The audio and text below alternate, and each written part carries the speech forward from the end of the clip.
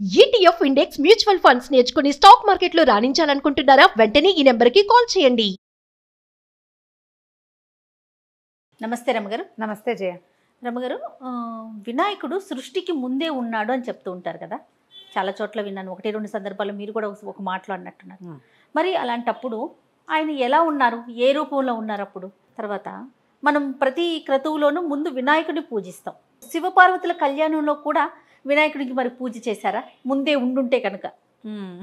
ఇలా కొన్ని అనుమానాలండి వస్తాయి. కొన్ని కథల్లో ఇవి తెలుస్తాయి జయ మనకి.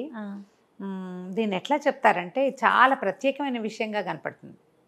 సృష్టి ఆదిలో మొదట శబ్దం ఉద్భవించింది.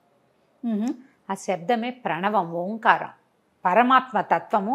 మొట్టమొదట సృష్టి మొదలు పెట్టాలంటే సమస్తమైన ప్రాణికోటి రావాలి కదా, అంతేగా. అన్ని జంతుజాలాలు జీవజాలాలతో పాటు ప్రపంచమంతా నిర్మింపబడాలి.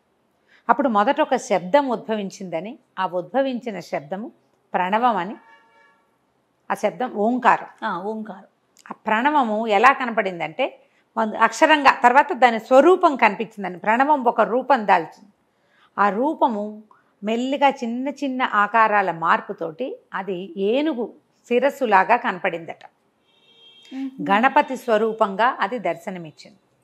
సృష్టికి ముందే మరి ప్రపంచం అంతా నిర్మింపబడిందంటే పరమాత్మ తన యొక్క శక్తిని ఇట్లా ప్రభావితం చేశాడు. శక్తితోటి ప్రపంచాన్ని తన శక్తితో నింపాడు. మొదట ఓంకారంతో ప్రణవ స్వరూపంగానే కనపడ్డాడు. ఆ ప్రణవ స్వరూపమే ఈ గణపతి యొక్క స్వరూపం. ఆ రూపం అట్లా కనపడుతుందట. అక్షరాలు ఇప్పుడు మనకి ఈయన మన ఓంకారశుండ అంటారు గణపతిని. ఆయన ఒక తొండము అవన్నీ ఓంకారాన్ని పోలింటాయి. నువ్వు చూడు, ఓం రాసి దాన్ని గణపతి స్వరూపంగా మారుస్తున్నట్టుగా మనకి ఈ మధ్య చాలా చోట్ల పిల్లలు కూడా వేస్తారు ఆ బొమ్మ. అవునండి. ఓంకార రూపంలో ఉన్నాడు గణపతి. అంటే ముందు నుంచి ఉన్నట్టేనా? సృష్టి అంతా మొదలవటానికి ముందు ఎవరున్నారు? గణపతి ఉన్నాడు. ఈ స్వరూపమే మొదట కనపడింది. క్రమంగా మిగిలిన మొత్తం త్రిమూర్తులు ఉద్భవించారు. తర్వాత వాళ్ళ నుంచి రకరకాల శక్తులు వచ్చినాయి. ప్రపంచం అంతా నిర్మింపబడింది. అయితే ఈ పార్వతీదేవి ఆ ఆద్యశక్తిగా మొట్టమొదట ఉద్భవించిన స్వరూపానికి తను జన్మనివ్వాలని కోరుకుందని ఒక కథనం. అయితే ఆవిడ ఆ ఊహ చేస్తూ ఒక పిల్లవాడికి బొమ్మని చేసిన తర్వాత ఏమైంది? పిండితో తయారు చేసింది. ఆ ఊహతోటి చేస్తూ ప్రాణప్రతిష్ఠ చేసింది. ఈ లోపల పరమేశ్వరుడు వచ్చాడు. ఈ పిల్లవాడిని కాపలాగా ఉంచుకుంది. దీనికి కూడా ఒక చిన్న అటాచ్మెంట్ కథ ఏం చెప్తారంటే, జై విజయ్లో ఒకసారి అమ్మవారిని పార్వతీదేవిని చూడడానికి వచ్చి మాకు కాపలా ఉన్నారు, మేమేమో విష్ణుమూర్తికి వీలుగా ఉన్న రక్షకులుగా ఉన్నాం వాకిల్లో, ఆయనకేమో నంది శృంగి భృంగి వాళ్ళు ఉన్నారు శివుడికి, నీకెవరు లేరేమిటమ్మా, నీకు కూడా ఒకళ్ళు ఎవరైనా వాకిట్లో ఉండాలి కదా అని జై విజయ్ అన్నారని. అంటే ఆవిడ ఆ ఊహ చేస్తూ ఒక బాల స్వరూపాన్ని సృష్టించుకుని వాకిట్లో కావలిగా ఉంచింది. ఎవరైనా వస్తే చూసుకోమని. పరమేశ్వరుడు వచ్చాడు. ఈ పిల్లవాడు ఈవిడితోటి కాపలాగా ఉంచబడ్డవాడన్న ధ్యాస ఆయనకి లేదు. పైగా ఆయన లోపలికి వెళ్ళిపోవాలనుకున్నాడు. శిరస్సు ఖండించి లోపలికి వెళ్ళాడు. అప్పుడు లోపలికి వెళ్ళి మాట్లాడుకున్నాక ఈ డిస్కషన్ అంతా వచ్చాక పిల్లవాడిని సంహరింపబడ్డాడని ఆవిడ చాలా దుఃఖిస్తున్న పార్వతిని ఓదార్చి పరమేశ్వరుడు ఈ ఉత్తర దిక్కుగా తలపెట్టుకుని ఉన్న ప్రాణి ఎవరైనా ఉంటే వాళ్ళ శిరస్సు తీసుకురమ్మన్నారు. ఈ శిరస్సు తీసుకొచ్చాక ఆ శిరస్సును ఆవిడ తగిలిస్తుంటే ఆవిడకి తట్టింది ఆ స్వరూపం. తను ఏది కోరుకుంది, ఏ స్వరూపంలో ఉన్న కుమారుడు తనకి కావాలని కోరుకుందో అదే స్వరూపంలో గణపతి కనపడ్డాడు. ఏనుగు తలని కదా పెట్టారు. అవును. ఆ ఏనుగు తలని పెట్టంగానే ఆవిడ ఆ మొట్టమొదటి ఆద్యశక్తి ఏది? ఓంకార స్వరూపంలో ఉన్నటువంటి ఈ గజశిరస్సు, గజాననమే అక్కడ కనపడింది. ఆ వెంటనే ఆవిడ చాలా సంతోషించింది. ఆయన పిల్లవాడికి ప్రాణం పోశారు. విష్ణువు ఆవిడకి చెప్పాడట ఈ మాట, నువ్వు కోరుకున్న కుమారుడు ఇతడు, నువ్వు ఈ లోపల ఏది కోరావో అది నీ వల్ల కాలేదు, నీ భర్త వల్ల అయ్యింది. తను గజాననుడుగా ఉంటాడు, ఇతనే గణాధ్యక్షుడు కూడా అవుతాడు, నీ మనసులో ఉన్న కోరికే ఈ స్వరూపంలో కనపడింది అని. తమాషాగా ఉంది చూడు కథ. ఆ మొదటి ప్రథమ పూజ్యుడైనటువంటి గణపతి మొదట కాలంలోనే ఉన్నాడు. మరి ఇప్పుడు మొదటి కాలంలో ఉంటే సృష్టించిన తర్వాత త్రిమూర్తులు వచ్చారు, తర్వాత సతీదేవి సతీ వియోగము, తర్వాత పార్వతీ కళ్యాణం జరిగిందా?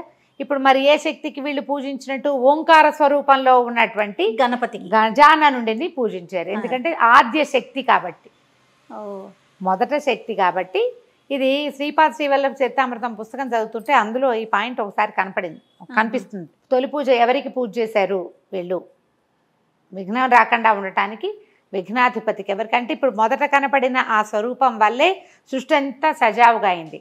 ఆ స్వరూపాన్ని ఆరాధించే సిద్ధి బుద్ధులను తీసుకున్నటువంటి జ్ఞాన క్రియాశక్తులను తీసుకున్నటువంటి బ్రహ్మదేవుడు ప్రపంచాన్ని పూర్తిగా నిర్మించాడు. సరిగ్గా సమన్వయం బాగా కుదిరింది చూడు పూర్తిగా. అప్పుడు ఆ తర్వాత కూడా ఎప్పుడు ఆయన ఉన్నాడు. స్వరూపంగా మనకి కనపడింది శివపార్వతుల సంతాన స్వరూపం.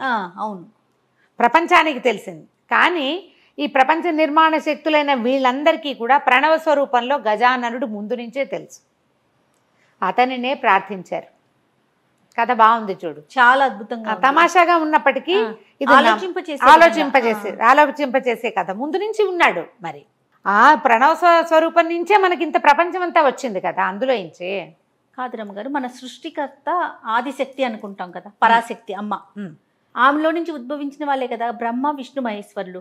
మరి ఈ ఓంకారం అనేది ఎలా వచ్చింది? ఆది పరాశక్తి నుంచే వచ్చింది. పరాశక్తి అది ఆమె తనని తను ప్రకటించుకునేందుకు ఆవిడ ఆ శబ్ద స్వరూపంలో కనపడింది. మొదట ఓం అనే శబ్ద స్వరూపంలో కనిపించారు. అందుకనే ఓంకారము పరమాత్మకి అక్షరం. అన్నిటికీ ఓమే కదా జయ. అవునవును, ఓంకారము ప్రణవవాచ్యంగా ఉంటాడు భగవంతుడు. నువ్వు ఇంకేం చేయొద్దు, ఒట్టి ఓం చేసినా కూడా భగవంతుడు ప్రత్యక్షం అవుతాడు. అది శివునికి ప్రతీక, భగవంతుడికి. అది ఇప్పుడు శివుడు పార్వతి అని కాదు, ఈ మొత్తం ప్రపంచానికి ఏ శక్తి అయితే నడుపుతుందో ఆ శక్తి. ఆ శక్తి ఓం. అది స్త్రీయా పురుషుడా అనే నియమం లేదు అక్కడ. ఓంకారమే పరబ్రహ్మ యొక్క శక్తి. ఈ మొత్తం బ్రహ్మానంగానే పుట్టించేవాడని అనుకోవడానికి వీల్లేదు.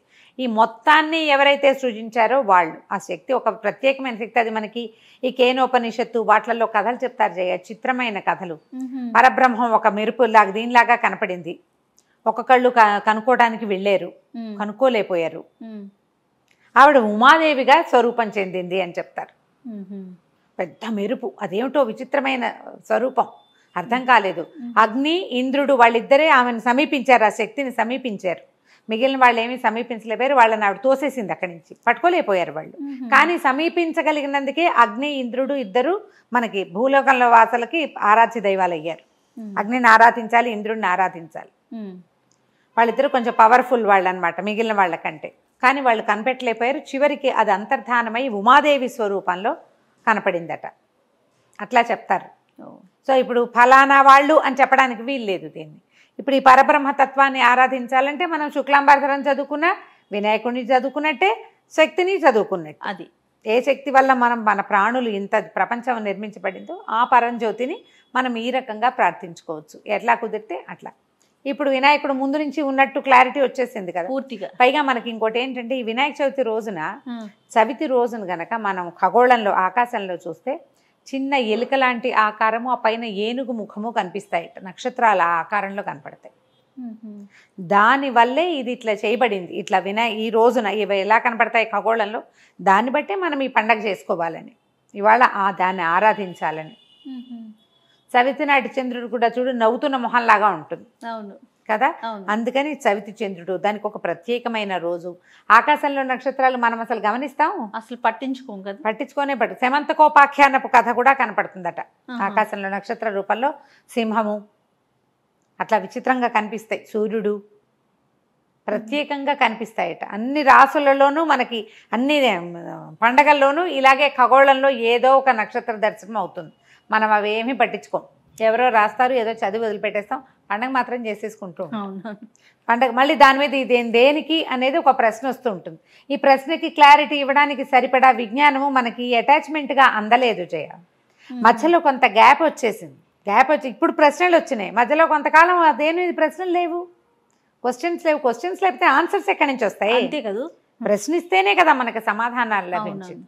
సో ఈ మొట్టమొదట ఆరాధించవలసిన దైవంగా వినాయకుడే ఉన్నాడు. ఓంకారాన్ని మనం చెప్పుకున్నా కూడా వినాయకుడిని ఆరాధన చేసినట్టేనని కూడా చెప్తారు. నమస్తే. నమస్తే.